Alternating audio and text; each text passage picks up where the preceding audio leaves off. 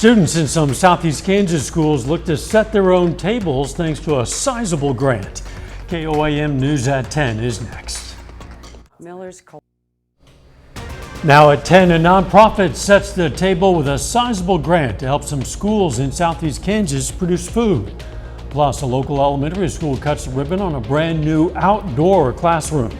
And Webb City invites the public out to celebrate homecoming and to paint the town red. The 4 states' most watched news starts now.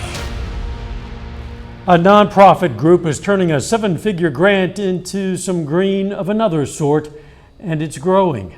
This is KOAM News at 10. I'm Dow Quick. Kansas has awarded more than $1 million to a Pittsburgh organization. KOAM's Amber Jenkins explains how it benefits area schools.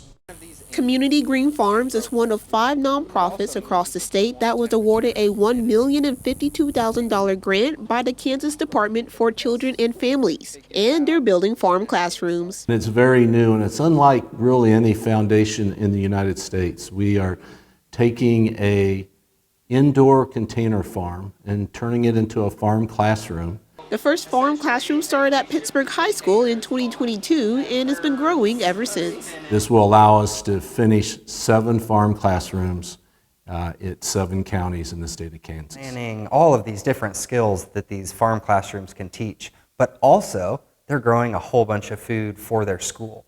Healthy food, nutritious food that schools buy a lot of lettuce for their salad bars, and now it'll be student-grown lettuce grown right there on campus. The amount of produce grown in the farm classrooms is enough to support backpack programs while taking up little space. Essentially, these farm classrooms have about 250 hanging vertical towers inside of them. Every single one of those towers can grow 8, 10 heads of lettuce at a time. So this little box is basically the equivalent of a 2-acre lettuce farm just scrunched inside of a shipping container. With farm classrooms like these, students can learn about agriculture and nutrition despite the weather conditions. Although parts of Southeast Kansas are experiencing drought, students can still grow fresh produce. We want to do this in every single county in the state of Kansas. And so next 10 counties, phase 2, we're just going to move north a little. And we're just going to start picking away at the state until we've done all 105 Kansas counties. Reporting in Pittsburgh, Amber Jenkins, KOAM News. That grant is effective October 1st. Meadowview Elementary in Parsons, Kansas today held a ribbon-cutting ceremony unveiling its brand new outdoor classroom area. Former Federal Communications Commission Chairman Ajit Pai, who had attended the school, was at today's event. His financial donations helped fund that new area. Ajit thinking of his elementary school. You know, so many times people will donate money to their colleges or their high schools or something, but you know, teachers here think they have an impact on their students, and when something like this happens, it's always nice to kind of get that reassurance that, yeah, we do make a difference for the kids when they leave here and go on in their lives. Work on that outdoor classroom finished in April. Let's check in with Chief Meteorologist Doug Heddy for a first look at the weather. Well, of course, we had showers. We had thunderstorms last night. It was a very loud, electric night. Thunderstorms into the morning hours, and then we broke out and saw sunshine. 83 for a high, just above our average high of 80 record. 1954, 99. So it can still get hot this time of the year. Now, right now, it's 66 Monette, 71 Grand Lake Carthage, 71 Pittsburgh, 71, 74 in Neodesha. But look at these slices of very heavy rain. Joplin got about 1.5 inches. A lot of areas around Pittsburgh got 2, 3, upwards to 4, also 3 to 5. Ottawa County down through McDonald County. So at least we got some good rain. Not everybody got the rain, but at least a good chunk of us did. There are a few little clouds out there, but besides that, we look pretty good as we go through the overnight. There could be a random shower late tonight, but better chances for rain down the road. We're going to talk about that here in a bit. See you soon. 2, 3. The Children's Haven of Southwest Missouri today celebrated its 20th anniversary with that ribbon-cutting ceremony and the unveiling of their new pinwheel sculpture. The pinwheel is the national symbol of child abuse and neglect prevention, but for the Children's Haven, it also represents hope for the community. It made me feel like I was becoming part of something significant. It wasn't just a decorative thing that they were putting in their building, but it was actually an identity that they were building. In their 20 years of service, the Children's Haven has provided temporary shelter for more than 8,000 local children. The city of Chanute, Kansas is battling with the public library and the Safari Museum concerning facility repairs. The library and the museum operate in a city-owned building, rent-free, but the city maintains the agreement requires the organizations to pay for maintenance. And the groups say they can't afford the estimated $1 million cost to replace a malfunctioning HVAC system. City Commissioner says the city is proposing a new agreement, but there appears to be some confusion about exactly what this new arrangement would require. They're leasing from us and they'll pay a set amount each month and we'll fix everything, just like a normal rental of a house or a building or something like that from a landlord. What was understood was that the library and museum would be responsible for all upkeep, which included the HVAC system. The library board agreed they will sign the lease, but the museum still hasn't decided. They're going to meet again on Thursday. The discussion is not on the agenda for the city's Monday meeting. Folks in Webb City tonight showed their cardinal pride at the annual Paint the Town Red homecoming event. There was a community bonfire at the middle school football field. There was also games and prizes and a hot dog cookout. It's part of the high school's festivities ahead of this Friday's homecoming football game.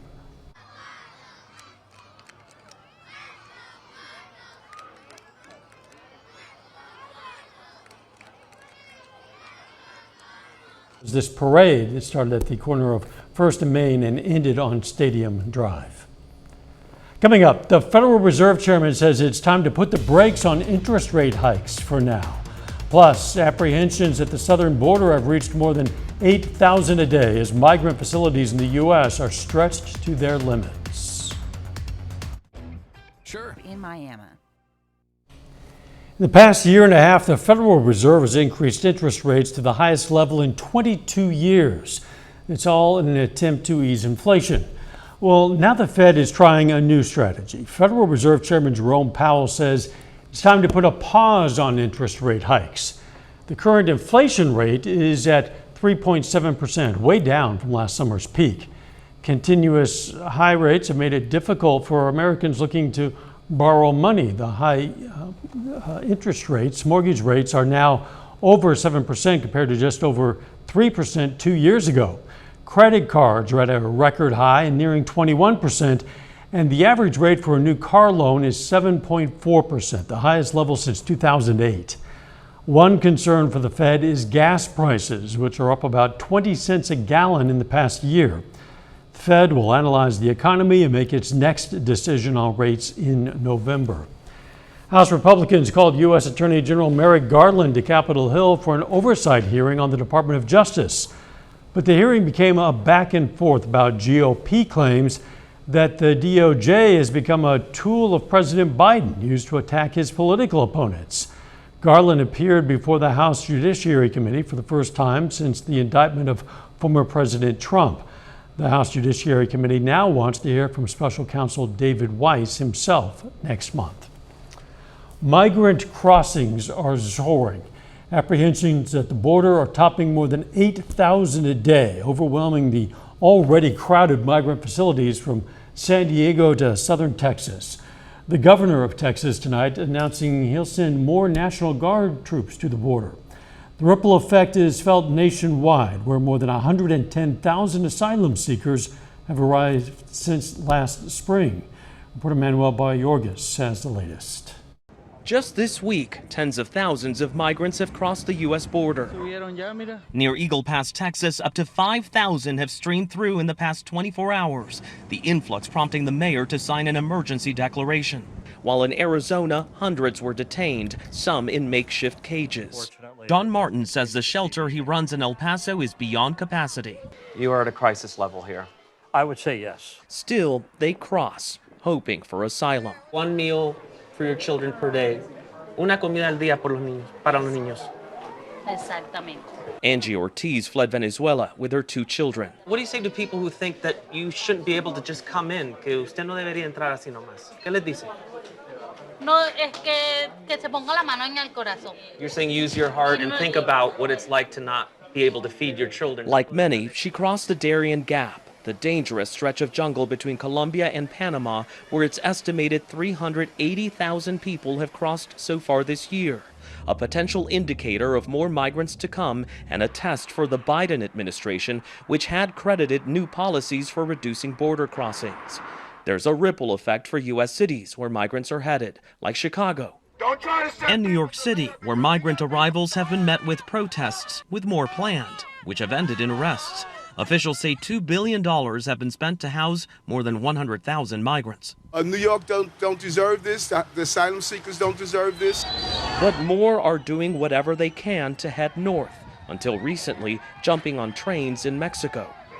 Wendy Rodriguez from Colombia was on one of those trains. She secured an asylum hearing through a Customs and Border Protection app, but says Mexico is an unsafe place for those still waiting for one. Entonces es desesperación. So you're saying it's desperation that's driving people. They don't want to wait anymore. No quieren esperar más. The heat of the summer months is starting to break, but some are looking to cross before the cold of winter sets in. A little bit later, a traffic stop in Oklahoma leads to the shooting death of a truck driver.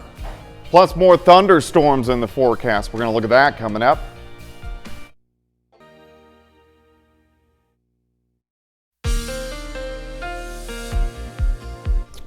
Well, definitely it turned out to be a pretty decent afternoon after we had showers, thunderstorms last night. It was a very loud, electric night across the region, and about 3/4 of us got some pretty good amounts of rain. It looks pretty good right now. Indigo Sky Casino and Resort, of course, Indigo, just outside of Seneca, Missouri. All right, 0.8 of an inch at the Joplin Airport since midnight, 2.16 for the month. We're at 23, but look at last year, we were at 34, so we're well behind compared to where we were this time last year. Upper 60s. Lower 70s will continue to drop back, mid 60s for us tonight. Looking at range line heading south, 71, visibility is good. East-southeasterly winds at about 5 to 10. Not a whole bunch going on outside for us. We do have a few little clouds which are popping up, a few little showers across western parts of Arkansas, but northeastern Oklahoma, we may get a few showers trying to flare up late tonight into tomorrow morning, but I really think most of us are going to stay dry.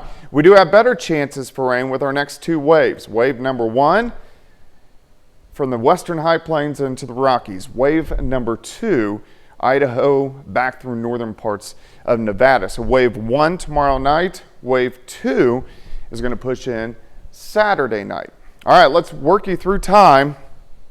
We're going to stop at about 5 o'clock in the morning, mid 60s across the board. As we go through the morning hours, you can see a spotty shower or two. Most of you are going to be dry. We'll stop right around the noon hour. A few scattered showers, Kansas, Oklahoma, kind of work on through. Again, most of you will be dry. We should get into lower 80s by the time we head into the afternoon, but you can see quite a bit of cloud cover. So mostly cloudy skies for us tomorrow. All right, 7:30, some scattered thunderstorms pop up, Kansas and Oklahoma, and then kind of flare up. So it could be another loud night tomorrow night. Showers and thunderstorms. I'm not anticipating anything too strong or severe, which is good. Scattered thunderstorms continue through the night, even into Friday morning. So I'll stop at 8 a.m. Sitting into the mid 60s, scattered thunderstorms through the morning on Friday. And then I think once we get into Friday afternoon, we clear out. So perfect weather by the time high school football rolls around. How much rain can we get? Well, these are models. So what these do is they give you an idea of what can happen, but you can't say it's only going to be 1/10 of an inch in Carthage. I think most of us are going to pick up 1/4 to 1/2 inch, but there are going to be some areas that get upwards to about an inch. 63 in the morning, 78 by noon, 83 by 4 p.m., so a high temp of 84 degrees. That second system I was mentioning, we got to watch this for Saturday night into early Sunday morning. A greater severe threat to our north near Kansas City, but we are going to have a severe threat with showers and thunderstorms, which are going to roll through the area. So we're going to focus on that as well. 84 for us tomorrow. Some evening thunderstorms, some morning thunderstorms Friday. Evening thunderstorms Saturday night, morning thunderstorms on Sunday. As we go through next week, we dry out a bit, hit and miss storms late next week, temperatures 80s through the period. Getting to feel a little bit more like fall, We're Doug. slowly trending down. We are indeed. Thanks. A Coffeyville, Kansas man will face a jury trial for the May 2022 shooting death of another man. A court has set the trial of David Allen Jackson for next March. Jackson is charged with one count of premeditated first-degree murder in the fatal shooting of Melvin Simpson Jr. at Jackson's home in Coffeyville. Jackson, who has been in the Montgomery County Jail since the discovery of Simpson's death in May of 2022, plans to represent himself in that jury trial. Police say a man driving a car connected to a quadruple murder in Illinois was killed after a fiery interstate crash in Tulsa, Oklahoma today. Police say a man and a woman were both being investigated as people of interest in the murder of a family in Romeoville last weekend. Authorities say they located the car with a license plate connected to the murders in Oklahoma today. The driver sped off and crashed. The car then burst into flames. Officers then heard what sounded like 2 gunshots after the crash. Police say the male driver was found dead with a gunshot wound. The unidentified woman also had a gunshot wound and is in critical condition. And a truck driver is dead after being shot by a highway patrol trooper during a traffic stop in Stroud, Oklahoma. It happened this morning on the Turner Turnpike. Authorities say the trooper had pulled the driver of this semi-trailer over and the two got into an altercation. The trooper, they say, then opened fire. State Highway Patrol officials say they don't know why the driver was stopped or whether he had a weapon. They say the driver wasn't hauling anything and didn't have a trailer. Still ahead, highlights from this evening's soccer doubleheader between NEO and Murray State. And a Webb City and Missouri Southern baseball alum gets promoted to AAA. John Dales has those stories and more up next. All this and more.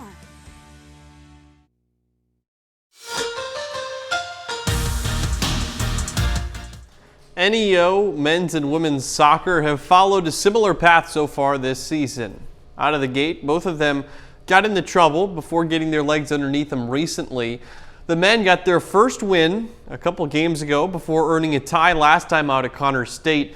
The women won their first game of the season in that Connors State matchup. Lady Norse in some trouble early this evening against Murray State. Down 3-0, and the Aggies tack on another one right here. There's a laser into the top left corner by Mercedes Stumblinbear. Makes it 4-0. Second half, same score. Aggies threatening to score again. A chip over the top, but Jayla Lucas scoops it up for the Lady Norse. More trouble later on, though. Lily Humes weaves her way through some Lady Norse defenders and rockets one to the back of the net. That's one of 6 goals on the evening for the Aggies. Lady Norse don't get a shot on goal in the second half. They fall 6-0. Golden Norsemen trying to avenge the women's team's loss, led by National Goalkeeper of the Week, Davide Marzale. He gets tested right away on a corner kick, redirected in front of cage. He makes the stop, has some words for the Aggies after. Still, zip, Murray State threatening to score first. Nice lead pass, but Luis Alvarado, freshman from Joplin, wins it away. Great defensive stop for NEO. 25 minutes in, chance for NEO on a free kick, skied way past the cage. Another free kick opportunity. Paleo Suarez is going to run this one down, send across back in front of the cage, but it's taken away by the Murray State keeper. Then final 5 minutes of the first half, throw in, and Joshua Adeyemi breaks the scoreless tie. 2-0 final score. Murray State wins on the road. Logan Van Way, graduate of Webb City High School in Missouri Southern, keeps making noise in minor league baseball. He gets called up to AAA in the Astros organization today. Van Way went undrafted out of Southern in 2022. He hit his innings limit last season with a 3.26 ERA and 62 strikeouts in High A and Double A. And Missouri Southern's all-time leader in strikeouts per 9 innings, one step away from the major leagues. In the major leagues, the Royals trying to finish the year on a high note. Chance to end their homestand with a sweep today against division rival Cleveland. Guardians at the Royals, first inning, no score. 2 on for the Royals, and Nelson Velasquez hammers one to left field and into the bleachers there. 3-run homer, his 15th of the season. He's been a blessing ever since they've gotten him in that trade from the Cubs. Royals up 3-0, same score Zach Greinke allows a deep shot the other way. Will Brennan hits it, but Edward Olivares leaps and makes the catch. We'll show it to you again. Full extension up against the wall, robs a base hit. 3-0 at that point. Same score later in the inning. Runners on the corners, and Andres Jimenez sends one into center off Greinke. Josh Naylor comes in to score. Greinke would get pulled there in the fourth, getting a standing ovation at Kauffman in what could be the last start of his career. Guardians down 3-1 at that point. Bottom of the fourth, 3-2 at this point, and Bobby Witt Jr. always energetic at the plate, and he sends one the other way into right field. RBI single. Drew Waters scores. Royals go on to win 6-2. Back to Logan Van Wade, though. Really impressive that how fast he's moved up in the ranks of the minor leagues, given the fact that he was undrafted in 2022. That's right. So he's in AAA now, Yes. and hoping to work his way further on up to the majors. We'll be right back. 2024 a four-state hero.